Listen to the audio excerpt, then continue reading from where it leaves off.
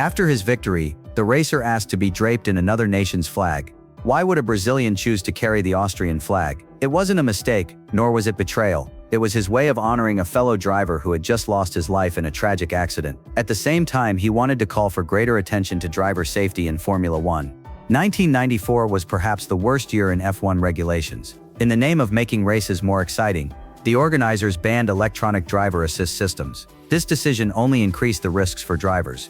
Every mistake now carried the possibility of death. During qualifying at Imola, midway through the session, 2 drivers had already crashed at high speed. Both were rushed to the hospital. In fact, with electronic systems in place, some of those accidents could have been avoided entirely. One driver, just 8 minutes after being admitted, succumbed to his injuries. Senna witnessed all of this with his own eyes. But despite such tragedies, the organizers insisted the race would continue as planned, as if nothing had happened. The executives cared nothing for the danger to drivers. All they saw was profit. Senna resolved to speak out. He confronted the officials, saying the new rules were reckless, and ignored the safety of the drivers. But Max's reply made him realize the truth. Drivers had no say in whether the rules were fair. Even though many drivers had already been injured since the rule change, Max told Senna he had no authority to judge the regulations. Still, Max asked him for a proposal. Senna suggested postponing the race. At the very least, it would allow people to remember the fallen driver. But the officials responded coldly. The race would go ahead on schedule, though no one would be forced to participate.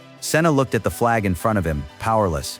His coach wrapped his all-too-familiar injuries. Even adjusting the tires made no difference. The coach could see how badly Senna wanted to take a stand. He reminded Senna that he was already a 3-time world champion, with countless honors to his name. He didn't need to risk this race, but Senna insisted. This dangerous race was one he had to run. He was determined to stand on the podium and drape himself in the fallen driver's flag so that the world would never forget him. The Imola circuit was already treacherous. Without electronic aids, it was even more dangerous. Before the race, Senna tightened his helmet with conviction. To fulfill his vow, he had to keep pushing beyond his limits. But early in the race, disaster struck. Senna suffered a horrific crash on track. Not long after, grim news came from the hospital. One of the greatest drivers in Formula One history was gone. Yet Senna remained forever a hero in the hearts of Brazilians. After his death, drivers united to form a drivers' association, dedicated to improving F1 safety. And for the next 20 years, no fatal accidents occurred in Formula One.